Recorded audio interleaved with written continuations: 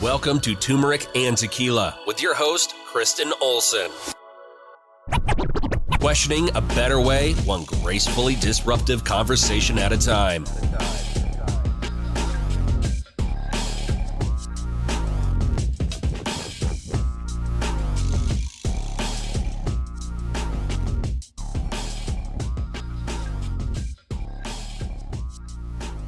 Welcome to Turmeric and Tequila. I am Kristen Olson. I'm excited to be here with you today. As always, we are going to give a quick shout out to our title sponsor, Lux Neuro.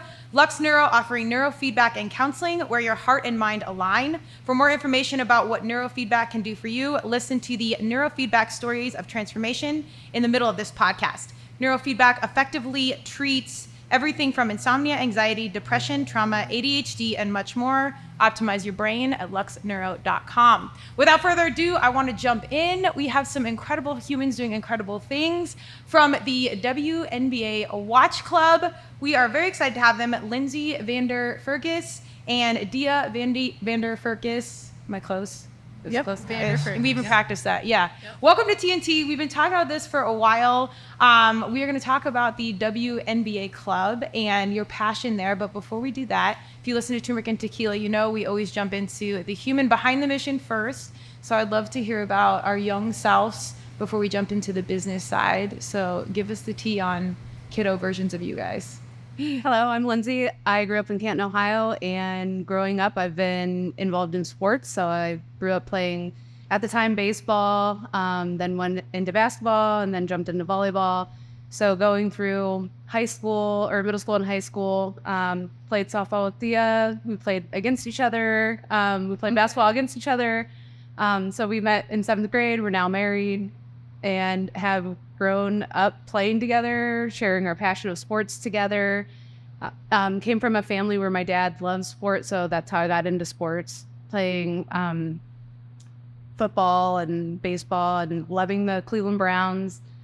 So every year my heart's broken, and Broncos country can identify with that strong. Yeah, I mean, but like what, 8 years ago we won. I don't even know how long ago it was. 8. I think it was at least 8. Yeah. So it was fun to be here to watch us win the Super Bowl, but we're nowhere close in Cleveland to coming anywhere close to that. But so growing up, like loving LeBron and just like people like that. So then recently, just a couple years ago, really jumped into loving women's basketball, watching women's basketball.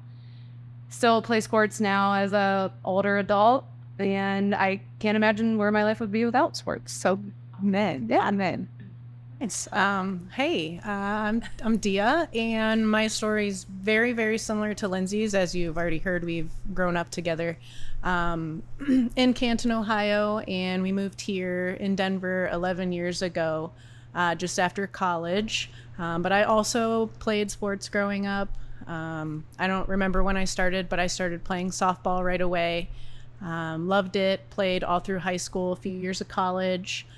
Played basketball growing up too, ever since I was in elementary school, but wasn't as good. I think I made it to my sophomore year of high school when I realized like I was like a really great bench player at that point. I wasn't like the greatest. I was good at shooting, but that was where it drew the line for me for playing basketball, but I still love it and love watching the games, my favorite sport to watch. And so, yeah, since growing up together, having sports as a major part of something that we have in common, that's kind of part of what led us to watching women's sports together and starting the WNBA club. I love it. I forgot because I never usually do a pre-interview or pre-question or anything, but we did. We set up for like a call for like 20 minutes, ended up talking for like an hour and a half. I'm like, we basically just podcast, but we'll do it for real in real life. But I forgot you guys knew each other so young. That's wild. I mean, that's pretty good. That's pretty solid if you can still be friends, let alone be married after, X amount of years. Yeah. We were friends growing up all through middle school, all through high school. And then just didn't start dating or realizing to start dating till, your infamous college years or whatnot. But we realized while we were dating that we ended up going to preschool at the same school way back when. Oh my gosh. And it all had to do with, we had this same preschool little arts and crafts like Christmas ornament on both of our trees. Okay. And we realized we both had the same exact one. Was it this logo? No. It was just And our like hearts, yes, but on the tree, no. Was it the like the piece of tree? No, it was like this heart. It was like a heart-shaped picture of us with like lace around it. Oh yeah. Seriously? Yeah, with like lace. Oh my god. So they like took a picture of us in preschool. We like must have cut it out and like slapped some lace on it and gave it to our parents for like that's wild. Christmas, That's yeah. like a friendship bracelet where it's like chopped in the middle and then you put it together. Yeah. Oh my god. Okay. God, Universe Madonna always knows. Like you Yeah. guys had. Yeah. And I know my mom still probably has that ornament I to hope this so. day. My mom Yeah. still has my ornament too. That's how we like figured out that we were like Meant like, to be hey, like we together. have the same ornament, and then we like her mom like ripped out the preschool pictures, and we were standing right next to each other in our preschool picture. That is wild. Yeah. Oh my gosh. We both very look wild. so miserable in our picture. It's pretty great. Yeah. It's Because a good we're picture. wearing like dresses and all girly and Obviously, we they didn't like This it. could be a whole other podcast. Yeah. Like I forget Yeah. about the WNBA Club. Yeah. Let's just leave it is. That's Yeah. so wild. Okay, Yeah. so it was definitely in the stars early on. Yeah. It would be one slide better if you guys were like sitting on basketballs or Oh my something God. Right. to that effect. Like all of your whole future plan was in one little like Right. lacy heart. right. Yeah. That is so wild. Okay, so fast forward, we get to Denver. You both had full-time jobs or have full-time jobs, doing the thing. Women's sports have popped off. And I should have said this earlier on. We're actually in the 99ers sports bar, Denver's first bar dedicated to women's sports. They're crushing it. We're super excited. I've been stalking them for at least a couple months. So we finally have all of our troops together. And the beautiful through line is women's athletics. And we're going to talk about advocacy and all the initiatives they're building, but really it's about women's sports. And it's wild that we're all over 30 and it's taken so long for women's sports to get to the next level.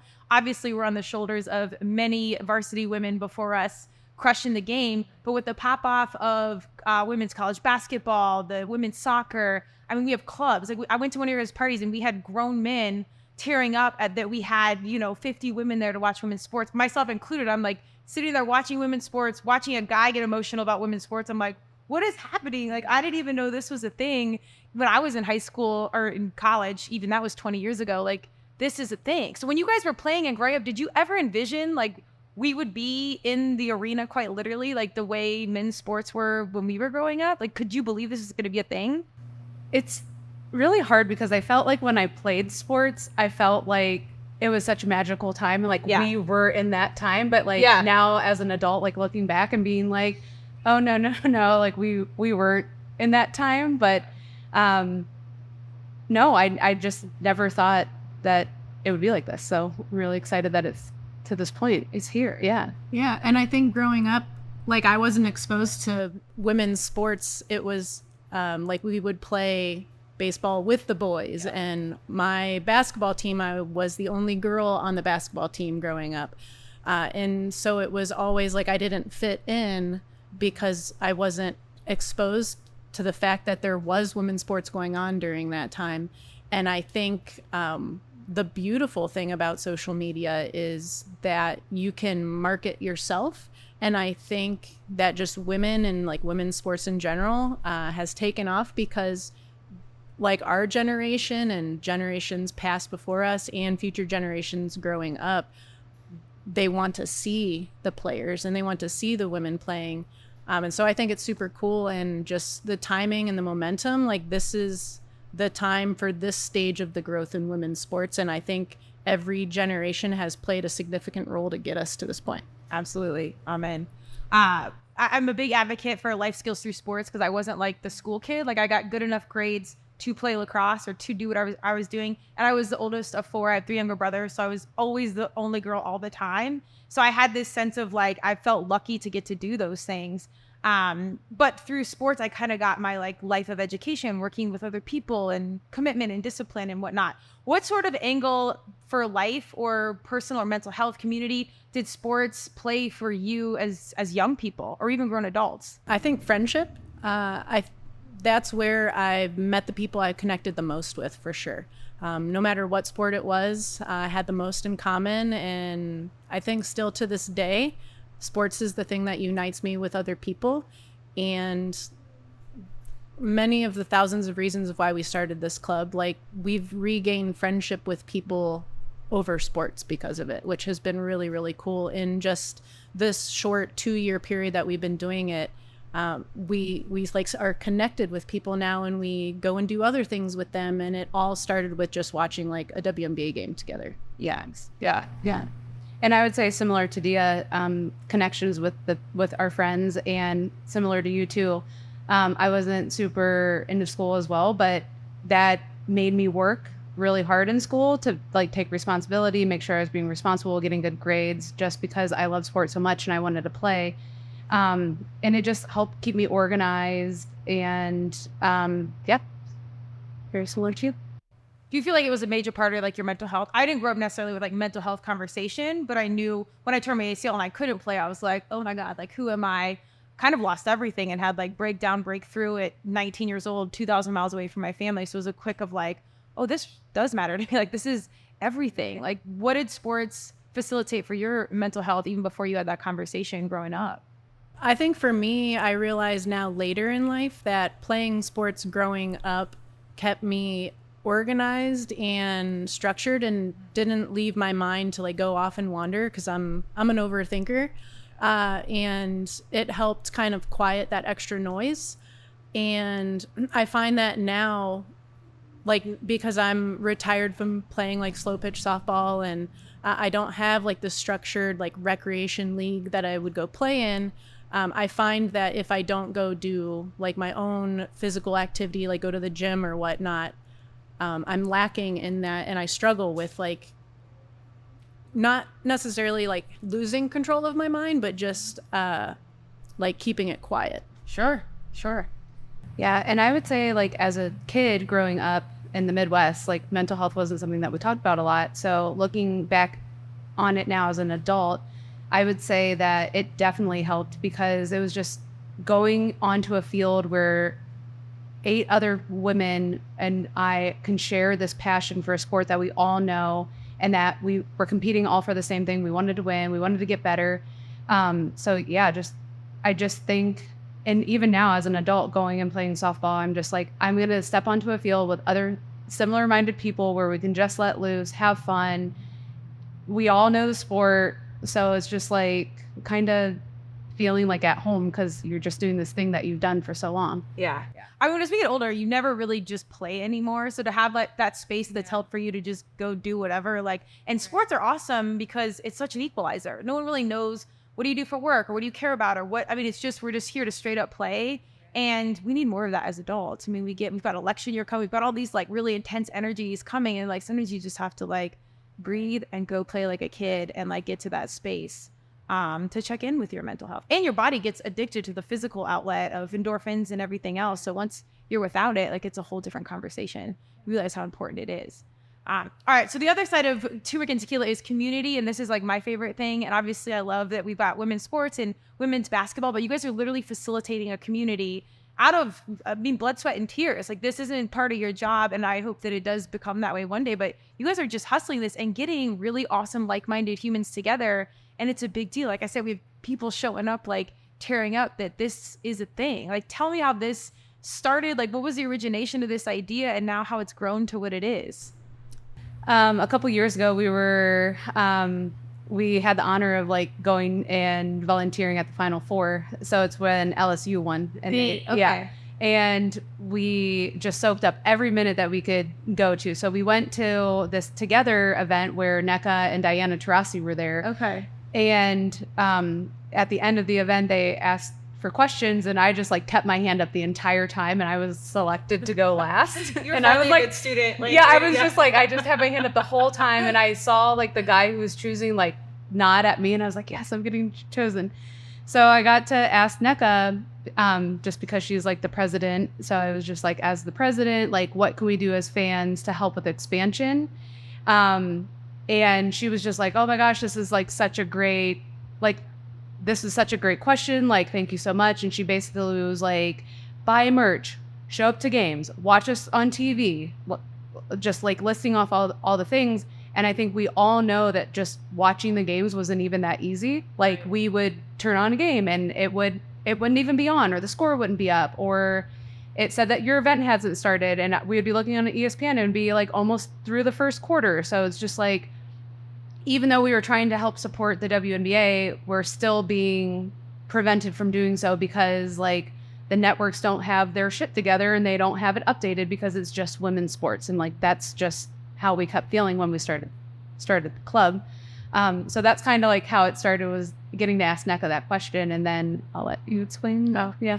Yeah. So like what she said was great. But we were already doing those things as two people, and growing up in Ohio with her dad, who is a diehard Cleveland Browns fan. He's a part of a club called the Browns Backers, which is like a WNBA club, or that's what I modeled all of this after. And it's a legit club. It's partnered with the Cleveland Browns, and there's over 300 clubs across the world. So not just in like Ohio, not just in the United States, but like if you travel to Europe, to a city there, you can get on their website and find where their club is, contact their, I don't know what they're called, but I'm going to call them a commissioner, to see like when their watch parties are or whatnot. And growing up, like we would go with her dad to watch parties, and whenever we would go back to visit during the winter or whenever football season is, during Christmas time, we would go on Sunday to their chapters watch parties, and he would get so excited to like introduce everybody to us. And then when he came out here, we learned that there's 3 chapters of the Browns Backers in the city of Denver, Colorado. And we're like diehard Broncos country. Like, what's going on It here? is But wild. there's so many other people who live here. Yeah. Yeah. And then when There's other fans besides Broncos. Where? Believe it or not. they like, if you, I don't remember, I think, is it Stoney's? Stoney's is Oh, one. yeah. Stoney's like Okay. uptown. So Like if you're driving by there on whenever the Browns are playing or before, you'll see them all come out of the woodwork with their Browns gear on and go right into that bar, which is really cool. And then like wherever you go, like he looks it up and he has like his community, and he doesn't even have to like know who they are. He just contacts them, they get back to him, and then he has like friends that he's never even met yet. And I just like had this feeling that there are people out there that would want to connect and enjoy the games together or commentate on the game after the game.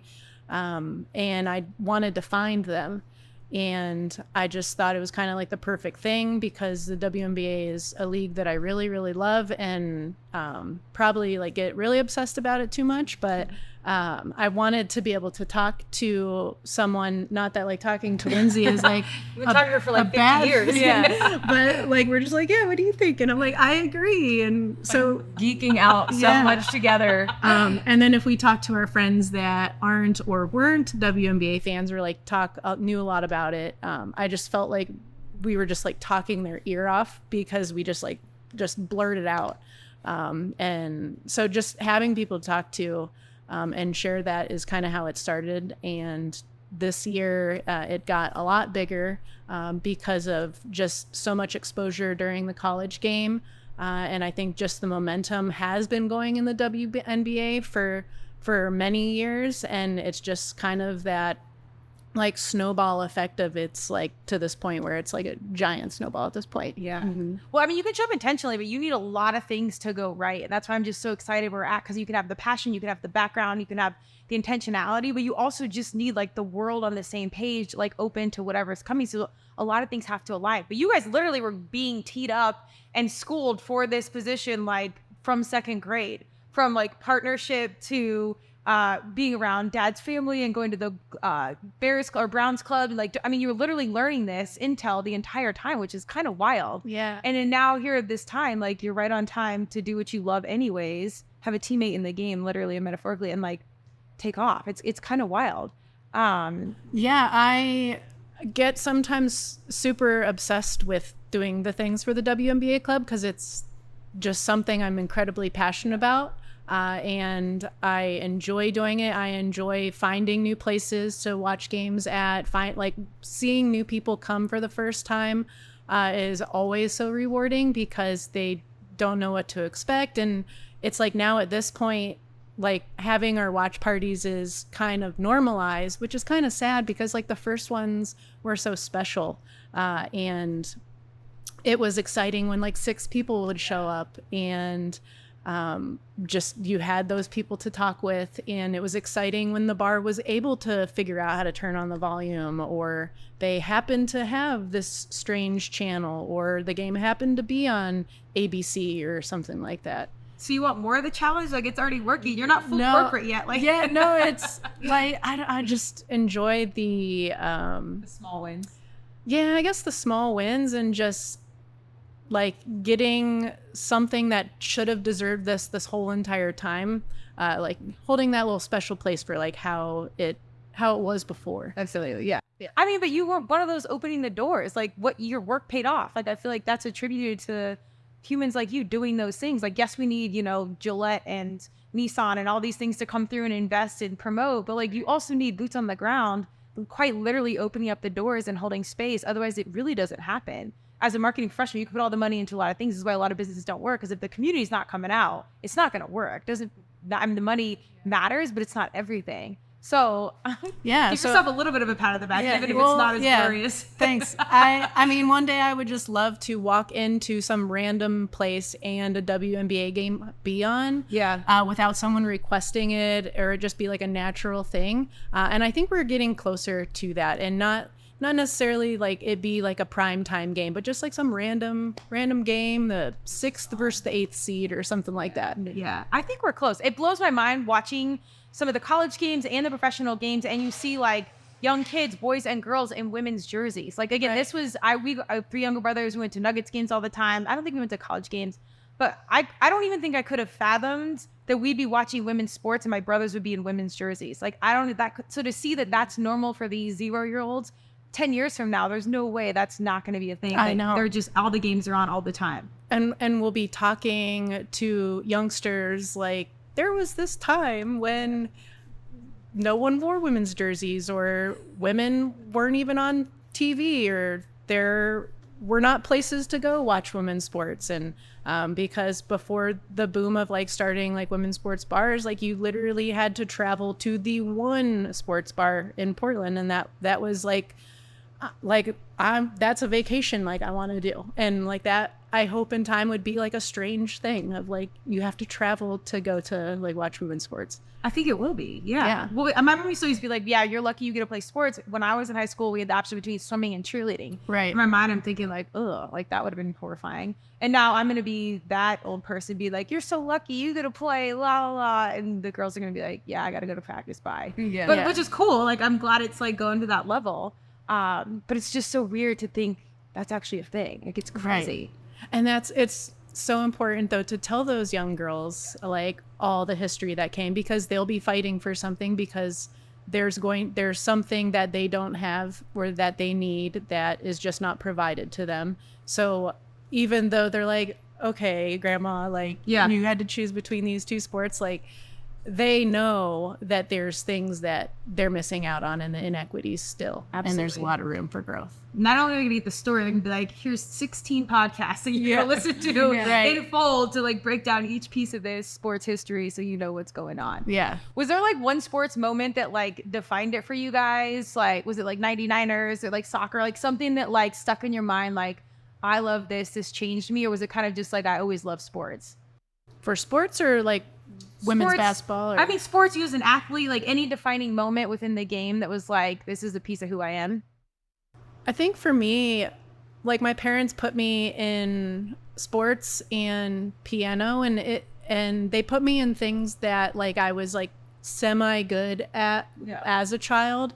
And I think what I enjoyed about playing softball, because that was like the sport that I was actually pretty good at, was like the tomboyness of it, of like being sweaty in the dirt with other people that wanted to be sweaty and in the dirt playing and competing, because I always enjoyed that. And then I think that like still that community piece of sports, it just happens to be that people that play sports, like I have a lot in common, and it doesn't even have to be like the sports thing, just like personality things. Yeah, you're people. Yeah.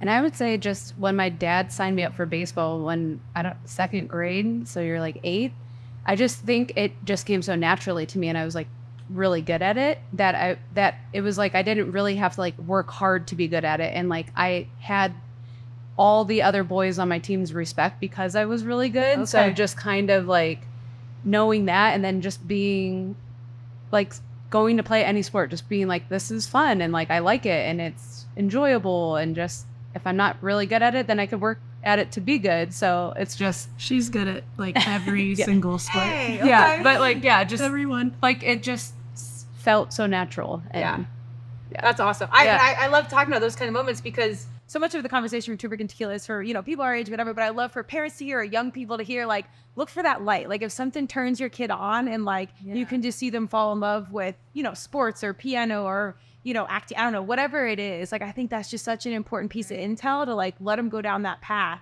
And more than likely it'll keep them on the straight and narrow. Like it did for me, because I didn't care about history or math at all. But I would do it because it's a part of, the plan to go play lacrosse and do whatever I was going to do. Right. It's such a huge piece.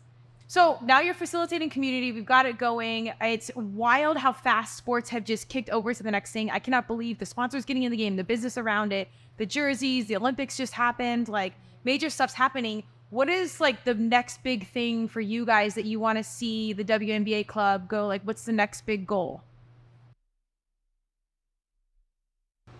I would say like locally, I don't know how far out big goal. Like I guess I would say like getting a team here is obviously like a big goal. It's a big goal that has a lot of hurdles. I'm still just struggling finding this secret family investor because no one will tell me. And so if you're listening, secret investor, like please hit me up. Or like, I don't know if like Kroenke's still in the game, but just like that whole thing has to like work out with the arena and blah, blah, blah. So I don't even know like where to go with that, but the people that I've been meeting that come to watch parties have been very informational and helpful and resourceful and supportive. And so I feel like I'm taking like small baby steps towards getting somewhere with that. Okay. Yeah. And I would agree, like obviously getting a team here, but I think with like all the hard work that like you've done with all the Instagram posts and networking, I think being able to like have a partnership with the WNBA. Yeah. And whatever that would be, like kind of like how the Browns backers are partnering with the Cleveland Browns. Like we don't have a team to partner with, but we have a league to partner with. And since we are just really like, I think we all have our favorite teams, but just supporting all the women in the league and just wanting the expansion to happen. Yeah. Just having some kind of partnership with the WNBA, I think would be really awesome. That's so awesome. I don't know exactly what that would look like, but I think it would be. Yeah. In my mind, if that were to happen, I feel like there would be more clubs that would pop up because they would be more aware of it because of their reach and just a more organized way for fans to watch, to socialize with, and have fun with their communities for sure. Absolutely. Well, I'll put it into universe. We want a team. So Denver, municipal city, investors, community leaders, I know you're watching, come through. I think it's big. And I think we're knocking down the door. We talked about this very early on because I was like, all right, you get the community. I'm like, I'll dig on the business side. Colorado's very small. Everyone's connected to everyone. Someone's got to know someone. Yeah. And if you're moving chips, there's not a huge community doing that in the sports arena. No pun intended. So it's got to be like one handshake away or some, I don't know. I know sometimes you got to just put it out there and let things come to you. That makes me like uncomfortable as a business person and an athlete. Like you got to go do the work.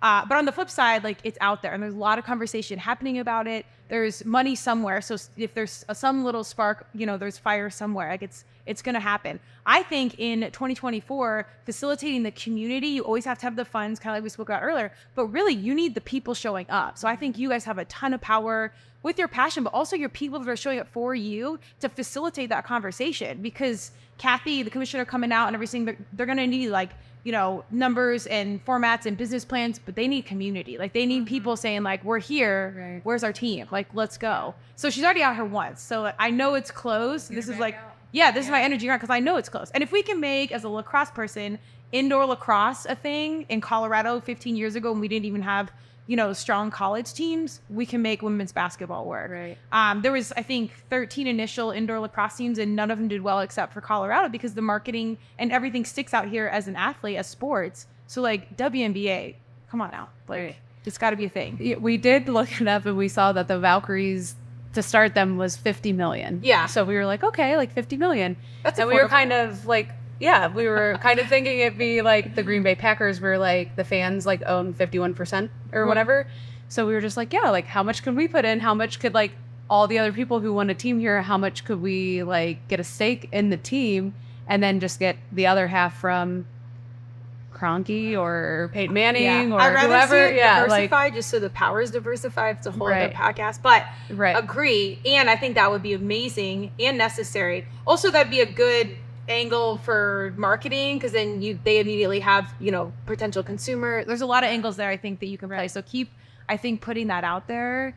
And if it was like incredibly like ownership like across the board with the fans or key leaders, I think that would change the game. And I actually think you guys could be a great model of how to do some of these teams differently and like take it to the next level. Right. So, and like I said, the people that did the lacrosse teams, like they did the marketing while nobody knew indoor lacrosse. So you have sports humans out here to make it work, and you're already doing it. Like you have the people showing up. So like it's this close. Like Yeah. And are you familiar with the like campaign for the Women's Soccer League here? Not a little bit, not really. I just saw that Mahomes' wife is a part owner.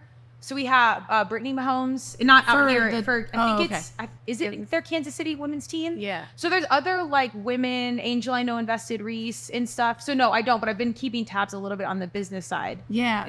So there's like a group that does watch parties to campaign for a women's soccer team here. And I forgive me if I'm misspeaking or whatnot, because I don't watch soccer frequently. So I don't know if it's like the pro league or there's other kind of pro leagues, but they are partnered with the investors. So their watch parties are like, hey, like we're pumping money into these watch parties and the marketing and whatnot, to bring out the people to show whoever makes that decision why Denver would be like a good soccer city. And so it would be amazing whoever is like seriously considering wanting to invest in a women's team here to work with us in some capacity, because we've already started to make those little connections and find people. Okay, that's awesome. Well, I mean, there's so many options. I feel like they're going to hear it in this conversation. They probably already have it. They're probably already looking for you guys right now. I don't know. I'm gonna put it out there. Because that'll be so huge. And then the flip side of that is if we have that figurehead, then they do youth teams, they do like associations, like it brings so much more to our youth sports. Right. That's really my passion piece, can get like our young people in the mix. But that just opens up so much more opportunity and exposure to sports, which is awesome. So what's coming up next? Watch parties. I know we just had the Olympic break. This will come out, a little bit later than this current moment, but what's coming up for you guys? Anything you guys want to share or announce that you want your community or new community members to know? Yeah. Do you want me to share? Yeah. Okay. So we have a watch party tomorrow, which is Wednesday, the 21st of oh my gosh, I don't work right now. August so I don't 21st. Where are we? 2024, 5:30 p.m. Yes. Thank you. So starting tomorrow is our first watch party back from the Olympics, and then we have 2 more in September, and then the regular season ends, and they haven't put out the playoff schedule yet, so those watch parties are gonna be like a quick turnaround type of thing. So I don't know how I'm gonna like logistically like contact venues and whatnot, because it goes super quick. It's a really quick playoffs, like the rounds and whatnot, so things happen like every single night. But we will have some of those somewhere. And then I just created like a nationwide page, because we've grown, like our cities have grown, starting in Denver here and then branching out. There's 9 cities across the US that are like WNBA clubs, going back to her dad's Browns backers thing, and it's actually kind of happening. Like there's 9 of us now. And so I made a nationwide page to kind of corral and all the information from the different places, so it can be in one place. to start kind of that organization of now getting the different cities connected and staying connected. So if you travel somewhere, you know who to contact so that you have your people there, whether it's you go watch sports or you just want to like join a meetup or whatnot, you would have your community. So those are some upcoming things that are. 9 is incredible. That's huge. Yeah. That's amazing. Thanks. And this all grew within like the last year.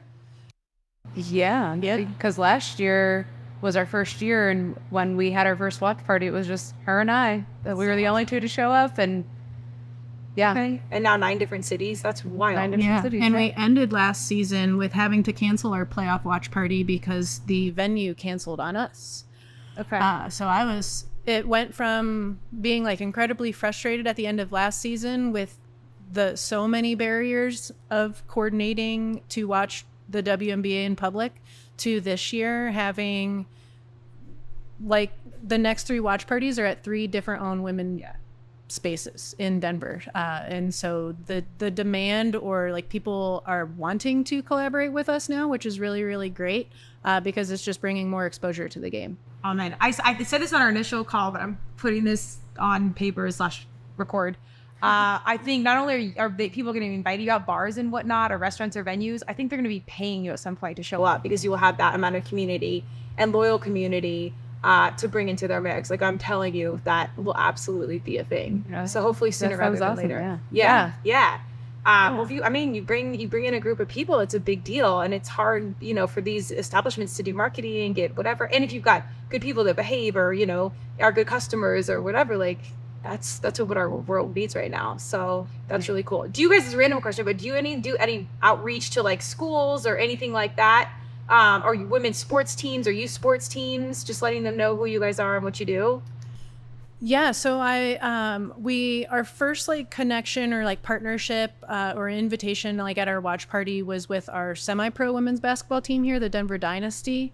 And I've been following them like this whole time that I've created this account, and we've always like crossed paths, like going to like college basketball games.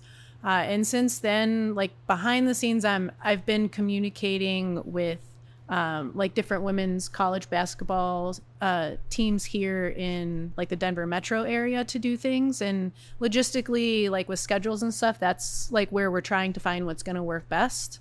And then I just went to a local like women's sports like event this past weekend, and it was really cool because it was like just sports, but it was like that there are women working in sports. And so I got to meet a lot of different local places that have something to do with sports in general and exchanged contacts. And that's something that I want to do in the future, is like at each watch party, highlight something local that has to do with women's basketball, like mostly, but like women's sports or like nonprofit organizations to just kind of model after what the WNBA is and what sets it apart from like different leagues is they're very big advocates. And that's one of the many, many things that I love about the league. And I respect what they're doing as players and want to model that in this small little club. That's awesome.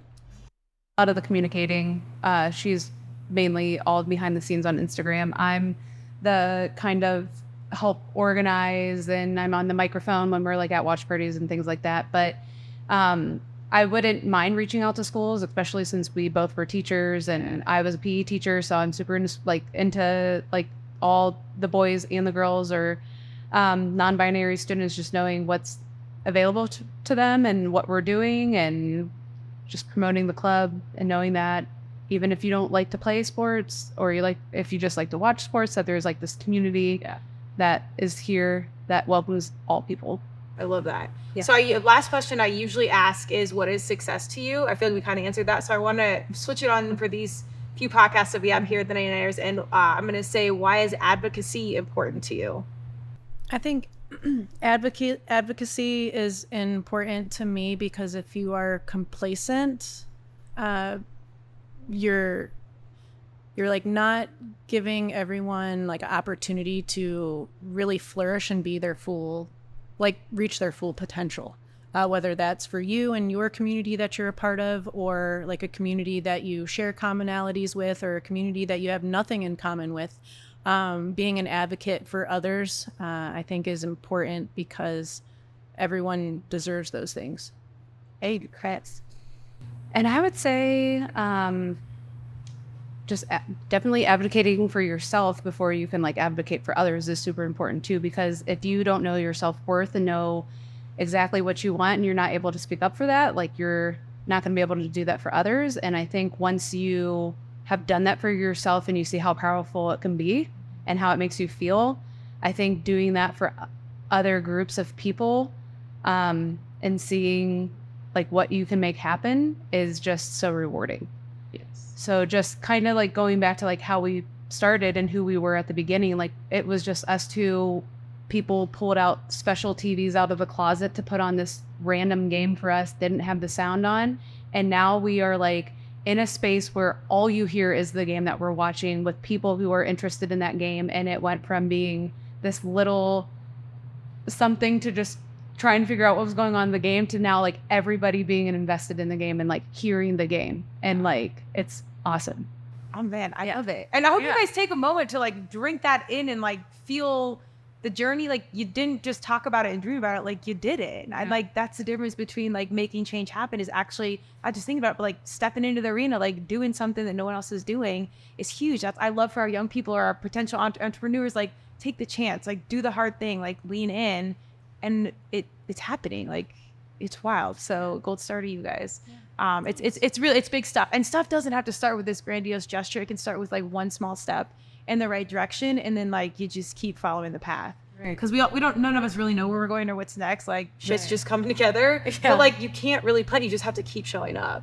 And that's usually how things start. Is just one little step forward, and you're just trying to figure out what you want, and advocating for yourself and advocating for what you believe in, and just following the path, like you said. I love it. Yeah. Let's go. All right. Where do we find you guys? Hit us with Instagram handles, websites, anything you want the humans to know. Cool.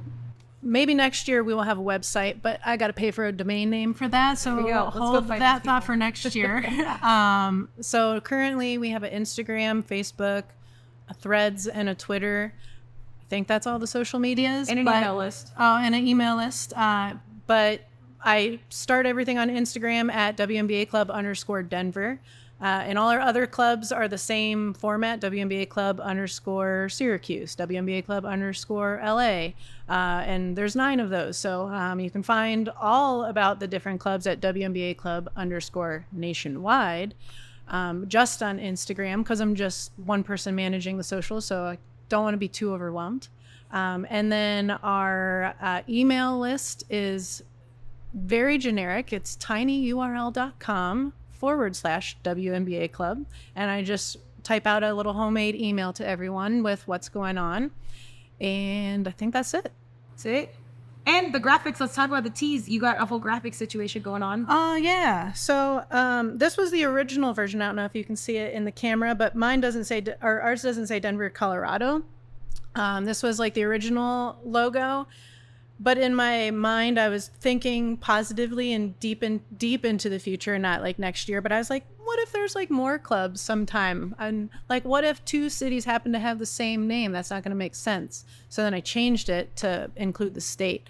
So maybe sometime that will actually happen where there's 2 cities that need the same state. But I'm an artist and designer and former graphic design teacher. And I have like an Etsy store, and some of the things that are on there is these shirts, because we're small right now until we get bigger and I separate the 2. And so they're on that store, but then I have a bulk order of them that I bring to every watch party where fans can buy them as well. Awesome. Okay. You heard it here first. Look at all the passion bleeding into a major cause that's taking big steps. We're going to get a team out here in Colorado. I promise. Or they promise. Let's put it on them. And but go check them out. Go come to a watch party. They've got tons of stuff going on. Get in the email list. You guys do a phenomenal job of informing the community what's coming up, what's going where. You do good with the details and stuff. So it's been an incredible journey. I appreciate you guys coming on. I'm excited. Maybe in like a year or 2. Maybe we're in Cronky and the team's behind us warming up or something, but I'm excited to check in just because you've had such growth. Well, you're amazing humans, number one, but then such growth so fast that it's an exciting time. Yeah, going into the end of this season, next season, and beyond, kind of with an open mind and just enjoying the community that comes to the watch parties that we get to enjoy the game with right now and see wherever this goes. So, yeah, thanks so much for having us. Yeah, I appreciate you guys coming out. Like I said, go check them out. We'll post all the details. A quick thank you to our sponsor. Thank you, Lux Neuro, Neurofeedback and Counseling. Lux Neuro wants to meet you. If you are ready to transform your life, visit them at luxneuro.com and schedule a consultation. Be sure to like and subscribe wherever you find your podcast. TNT is everywhere, and we are also on YouTube. Cheers.